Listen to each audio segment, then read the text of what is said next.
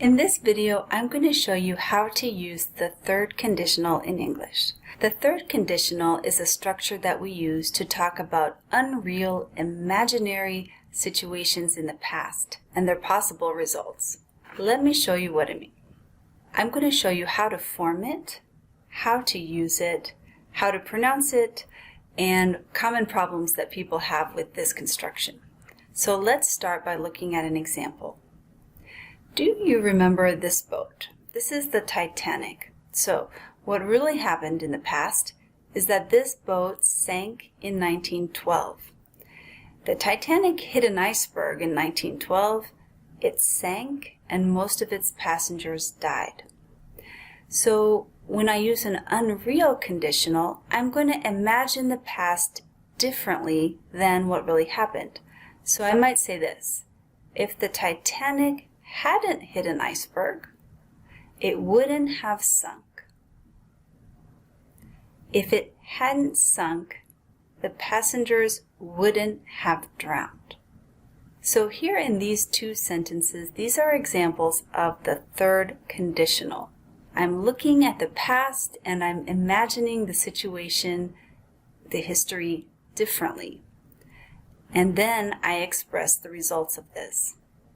So let's look a little bit at the grammar here. Just like other conditional sentences, I will have two parts, two clauses. I will have the if clause and the main clause. In the if clause, I will use past perfect. So to form past perfect, I will use had or hadn't and past participle of the verb. So here we have, if the Titanic hadn't sunk. The main clause expresses the result of this, and here I use wouldn't have died. If the Titanic hadn't sunk, the passengers wouldn't have died. Notice how I pronounce this word, wouldn't. Wouldn't. We're going to use that a lot in talking about third conditional, so it's important to pronounce it correctly. So let's look at some more examples of past perfect, talking about the same Titanic example. If the Titanic hadn't sunk, the passengers would have survived. The passengers wouldn't have died. It would have reached its destination. So a couple of things to notice. Remember, the pronunciation is would. And when I say it quickly, or I use a contraction here like in the last one, it sounds like would of. Would of. But that's not how you write it. You write it like this. The passengers wouldn't have died. It would have reached its destination. The actual words are would have, and the contraction is would have. It would have reached its destination. So in these three sentences, I'm talking about a result. In the past, I will use would or wouldn't have and the past participle. Now, maybe I want to talk about a possible result today. I would say, if the Titanic hadn't sunk, it wouldn't be on the ocean floor today. So here I will use would or wouldn't again. And since I'm talking about the present, I'll use the base form. It wouldn't be on the ocean floor today. Another thing that you sometimes see with past perfect, because we're talking about our ideas about something that didn't happen, is a sentence like this. If the Titanic hadn't sunk, it might be in a museum today. So you could see a modal like this here in your main clause. So let's look at some more examples. Here's another fact. I'm going to show you the fact here and then imagining the past differently with the third conditional. So this is a famous example. In the World Cup soccer 1986, Diego Maradona scored a goal for Argentina, and Argentina won the World Cup. This was a very famous and controversial game. So I'm going to imagine the past differently, and I would say something like this. If Maradona hadn't scored, so different than what happened, if he hadn't scored the goal, his team wouldn't have won the championship. So remember, past perfect, and then wouldn't have, and past participle because I'm talking about a result in the past. Now this, as I said, was a controversial game. The referee did not call a foul, but if the referee had called a foul, Argentina wouldn't have gotten the point.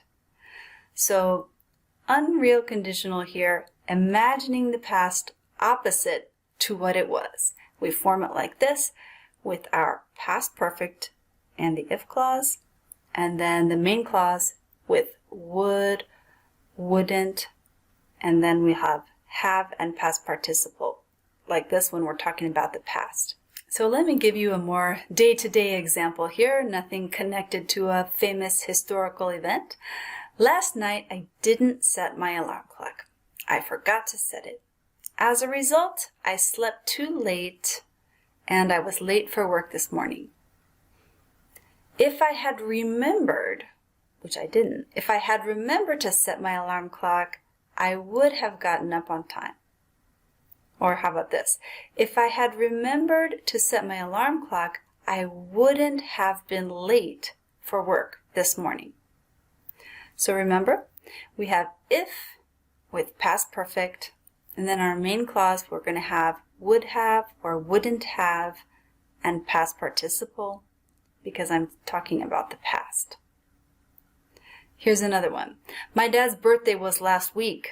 I forgot to call him. He feels sad now. And now I'm going to imagine this differently with unreal conditional. I would say, oof, if I hadn't forgotten my dad's birthday, he wouldn't feel sad now. So here's an example of where I'm imagining the past situation, if I hadn't forgotten, and the present result, I wouldn't feel. How about this? My brother ate 3 pieces of cake at the party. His stomach hurt the next day. Not surprising. If he hadn't eaten 3 pieces of cake, his stomach wouldn't have hurt the next day. So I'm talking about the past, and I will say, imagine the past condition differently. He hadn't eaten. And then the past result, the stomach ache. His stomach wouldn't have hurt. Remember, for the past results, I will use would or wouldn't have and past participle. In this case, hurt, hurt, hurt. Hurt is a regular verb. This is the past participle of hurt. So this is a very common example of when you might use unreal conditional, third conditional, is with this structure right here. If I had known, or often we'll use the contraction, if I'd known, if I'd known. So for example, if I had known you needed a ride, I would have picked you up and driven you to school. So here, my friend needed a ride, but I didn't know. And I want to tell my friend, oh, if I had known you needed a ride, I would have picked you up and driven you to school. Or another one, my friend is allergic to nuts. She can't eat nuts. I didn't know that. I gave her a salad with nuts. I might say this, oh, if I had known that you're allergic to nuts, I wouldn't have put them in the salad. Okay, so I want to just mention a couple of important points connected to the third conditional. So in my examples, I usually started with if, but it's possible to put this if clause in the second part of the sentence. So I said like this, if I had known you were allergic to nuts, I wouldn't have put them in the salad. We can also write the sentence like this. I wouldn't have put nuts in the salad if I had known you were allergic to them. So you do have the option, like every conditional sentence, to change the order. Now here's another one. If you talk to a lot of native English speakers, you might hear something like this. If I would have known you needed a ride, I would have picked you up. This is a mistake, but it's so common that I need to tell you about it.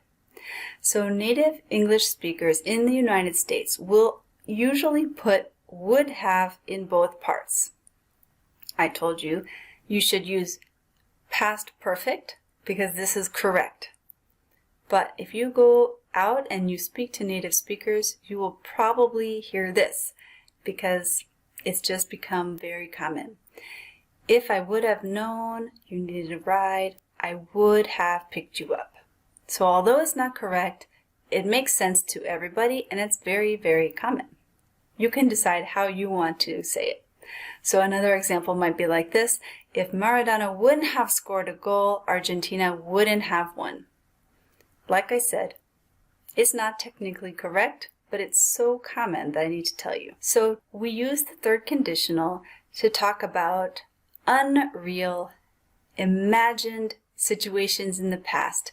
We are describing the past differently than it actually happened and the results of this. We will have two clauses, the if clause and the main clause. The if clause uses past perfect.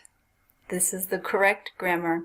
And the main clause can use would have plus past participle for the past results, or if we're describing a present result of this imaginary past, then we will use would or wouldn't and the base form, or maybe even a modal like might and the base form. Either clause can come first, the if clause or the main clause, but remember, when you start with if, at the end of the first clause, you're going to use a comma. So I hope this was helpful and that you learned something here about the third conditional and how you use it in English. If you have any questions or comments, leave me a note in the comments below and I'll do my best to answer you. If you think this was helpful for you, consider subscribing, turning on the notifications so that you can see our new videos every week. Thanks so much. Bye-bye.